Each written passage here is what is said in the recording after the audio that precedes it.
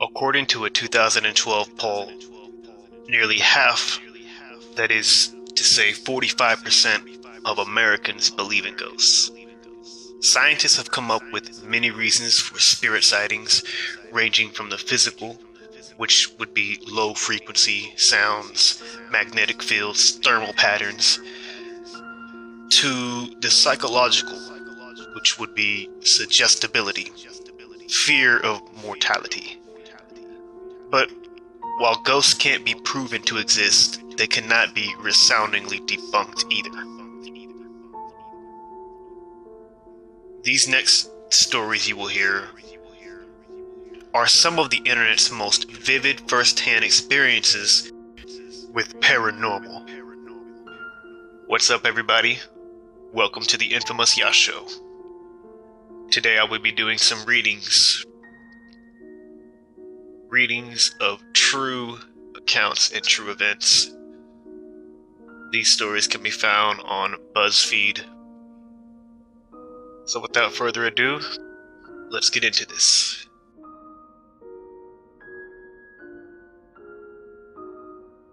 Ballet Girl.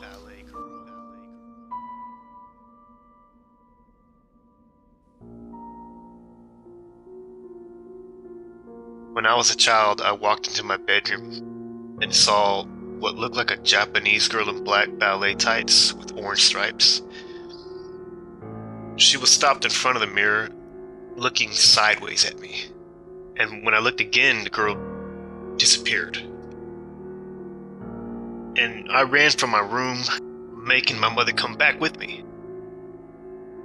Years later, she confessed that she had been frightened that day because before I was born, she had given ballet classes in that bedroom.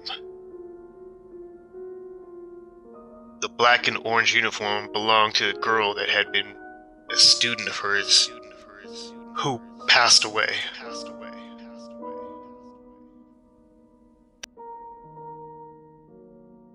The Silhouette.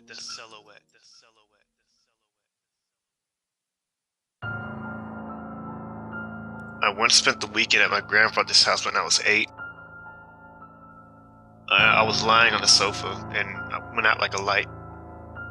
When I woke up again, it was already night, and I saw the black silhouette of a man sitting on the sofa near my feet, looking right at me.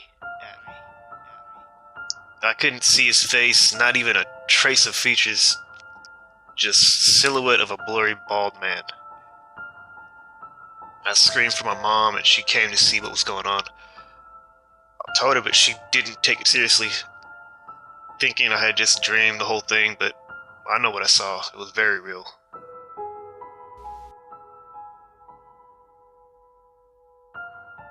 The procession.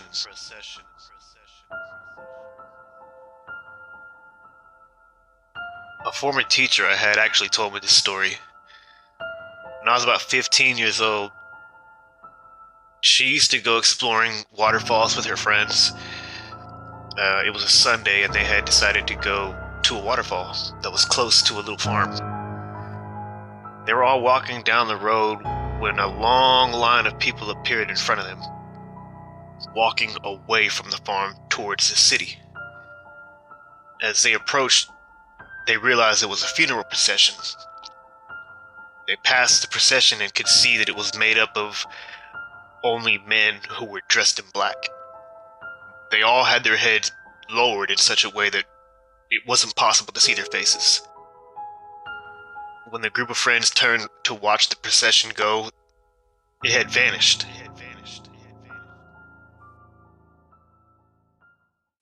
The unseen patient.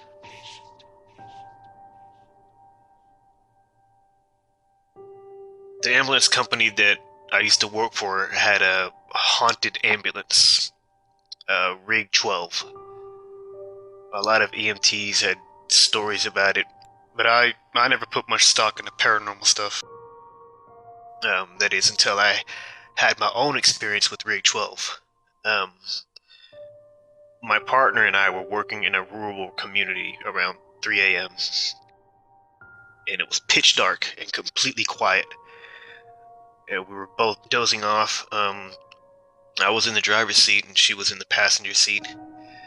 I woke up to a muffled voice, and I thought my partner was talking. I told her I was trying to sleep and closed my eyes. I distinctly heard a male's voice say, "Oh my God, am I dying?" Followed by a few seconds of heavy breathing.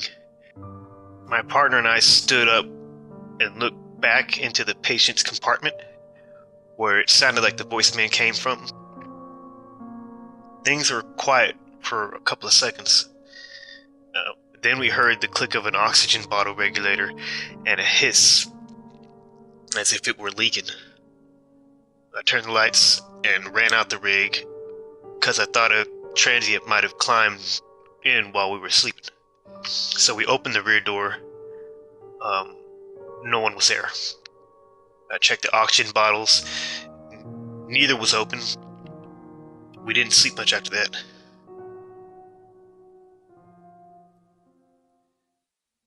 The eerie attic.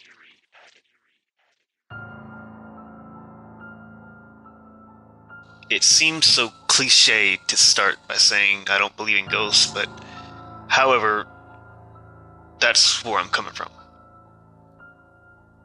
A few years ago, I moved into a one-bedroom apartment in Melbourne, Australia. It was the first time living on my own. The apartment block had been built in the 1930s. I'd been there for a few months when I came home from work one day and went into the bathroom. I saw something strange. The wooden board covering a hole in the ceiling that led to a small attic space lay broken in two pieces on the ground. I examined the broken pieces. The board was an inch thick, and it would have taken a Bruce Lee to break it. Okay. I thought the landlord had sent someone to work on the attic. I was frozen stiff with fear. I thought somebody was up there for sure. I emailed the pictures to the landlord, asking if anyone had been there, with an undertone of annoyance, because she hadn't warned me. Her reply read, "Please call me as soon as you are able to." I called. She explained that her last two tenants had said the same thing happened. She promised to replace the board, and she did. A month later, I woke up one night around 4 a.m. I had so many goosebumps. It felt like someone was rubbing his or her hand on me. Everything was silent. But then I heard this sound coming from above my bedroom. It was like a dragging sound, like someone was pulling a sack of potatoes. I was frozen stiff with fear. I thought somebody was up there for sure.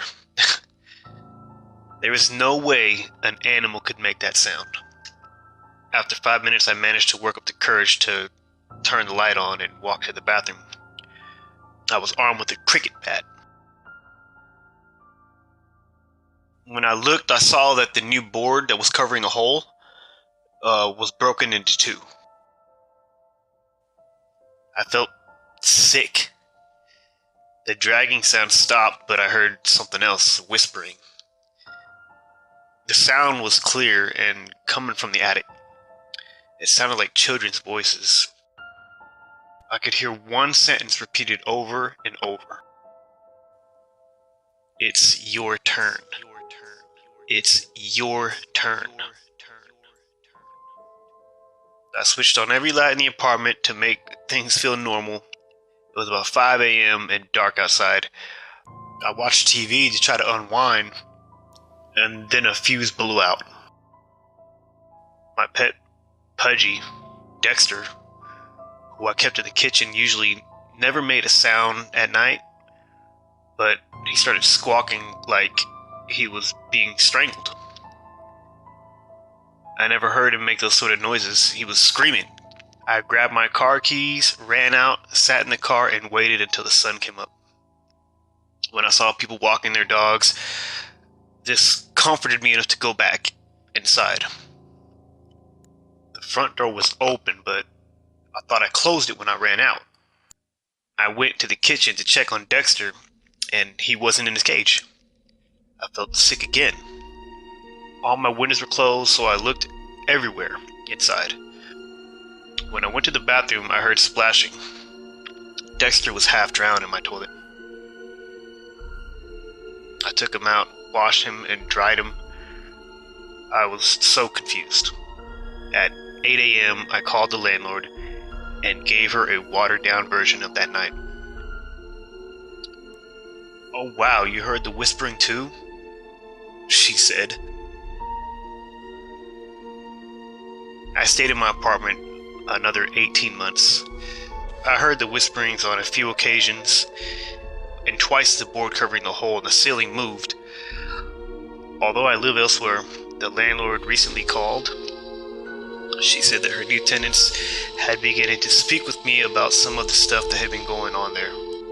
Forget it. It's their problem now.